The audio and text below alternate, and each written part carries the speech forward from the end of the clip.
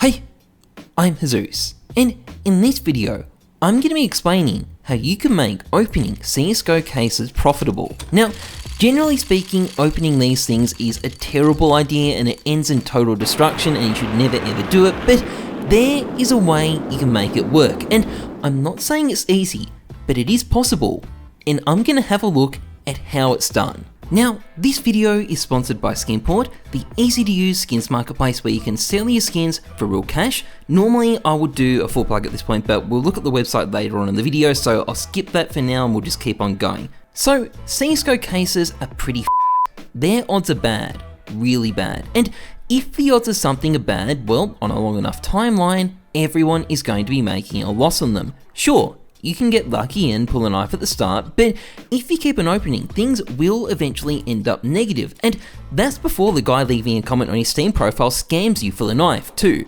But just because CSGO cases are doesn't mean they're all equally Some of them are actually slightly less terrible than others. People have been trying to figure out what the return on these things are for a long time, and it's not easy to do. In fact, generally, it requires hours and hours and hours of tedious work, and the end result is often only going to be a rough estimate anyway.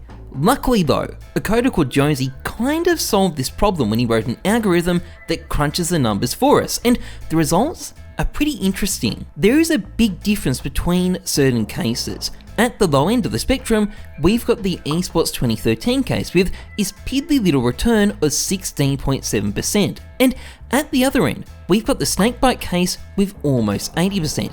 That is a pretty big difference, and even with the other cases in between, these returns can vary a lot. Would you rather open a Fracture case with a 60% return or a Glove case with a 30% return? Either way, you're not going to win, but you are losing a lot less, and if you are going to flush your money down the toilet, you may as well do it in the least destructive way possible. But there's another aspect of opening cases too, where you can save quite a bit as well, and this is how you fund the opening. You see, the only way to open a case is to buy a CSGO key, and the only way to buy a key is with Steam Wallet funds, and the only way to get Steam Wallet funds is to deposit on Steam. Except there is another way, and it's actually cheaper. You see, CSGO skins are usually sold at considerable discounts on markets outside of Steam. I'm not going to go into detail on why, but long story short, if you buy skins on secondary markets, you can save a lot of money, and at that point you can go sell the skin on the Steam market and effectively get a deposit bonus on your Steam funds. Now, since I'm sponsored by Skinport, I'm going to use them as the example. This is typically what I do when I need to deposit on Steam for a case opening anyway. So we'll click on See All CSGO Skins. Now, I want to filter by highest discount, and we also want to change the price so all the really cheap items are excluded, otherwise they'll clog things up a bit. Now, we'll scroll down a bit. We want to get past the Dopplers because they're priced differently and we can't directly sell them for the same value shown here because of the phases. It messes things up a little bit, but if we go further down, we should start to see some skins soon. So we can grab this. That one's looking pretty good to me. We'll get this set of Imperial Plain gloves, and we'll also get this set of Hand Wraps Caution. Now, altogether these skins are $860 on Skinport, but if I then went and sold them on the Steam market, I get a much better price. In fact, after Steam tax, I get about $55 for the Code Red, $560 for the hand wraps, and $430 for the Imperial Plain, which is a pretty decent bonus. And while you will have to be patient to make this work, you will save quite a bit doing it. Now, neither of these tricks are going to make opening cases profitable. I think they're very useful bits of advice. There is a reason I put them at the start of the video, and they'll definitely make opening cases less bad, but you're still going to be taking an L.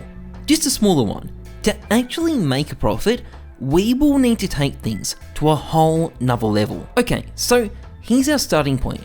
I have 32 CSGO Weapon Case 3s, the second best value CSGO case to open according to Jonesy's site, and we are going to open them. Few moments later. Oh god, I've made a terrible mistake. Okay, this didn't go too well. It's only a small number of cases, so you know, that can happen, bad luck, but let's pretend I got roughly the same return that Jonesy's site says. I mean, if I opened enough cases, eventually I would get roughly the same return. So 70%. Opening these cases costs $264 in Steam, and that means I ended up with about $184 of skins. And if I paid for the cases and keys by buying skins from a site like Skimport, I might have only paid $215 to begin with. So I've taken an L. It's not a huge L, but it is still an L, and this is really the best case scenario. So how do I make up the difference here?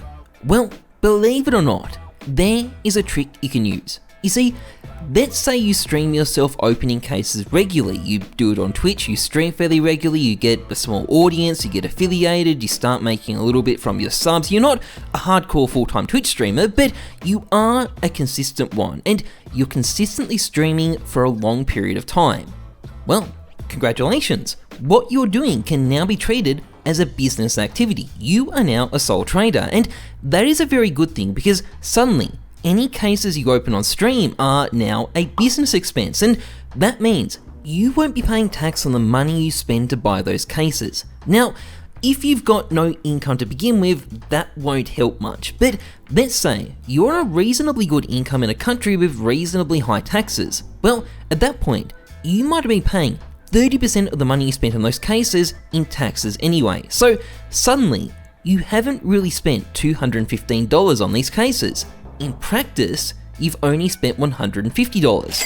And suddenly, you can see how this is kind of fitting together. Now, it's important to point out that you don't actually have $184 in your pocket here. You've got it in your Steam inventory, but there is still a lot you can do with it. Firstly, you can just spend it on games on Steam. Not everyone does this, but some people spend a lot on games, and this way, not only do you get to open a heap of cases, you get some Steam games at a discount too. Now, maybe rather than being after games, you're actually after your dream knife. Well, again, it's no problem, just trade out the skins for the knife you want, and just like last time, you're essentially getting it at a discount. And if you're looking to invest in CSGO skins instead, well, it's the same deal. Trade the skins for whatever it is you want to invest in, regardless of what it is. The point is, you're going to be saving money while you do it. Now, even after all of this, even after taking advantage of every single little edge you can get, I'd still say that it's probably not worth opening cases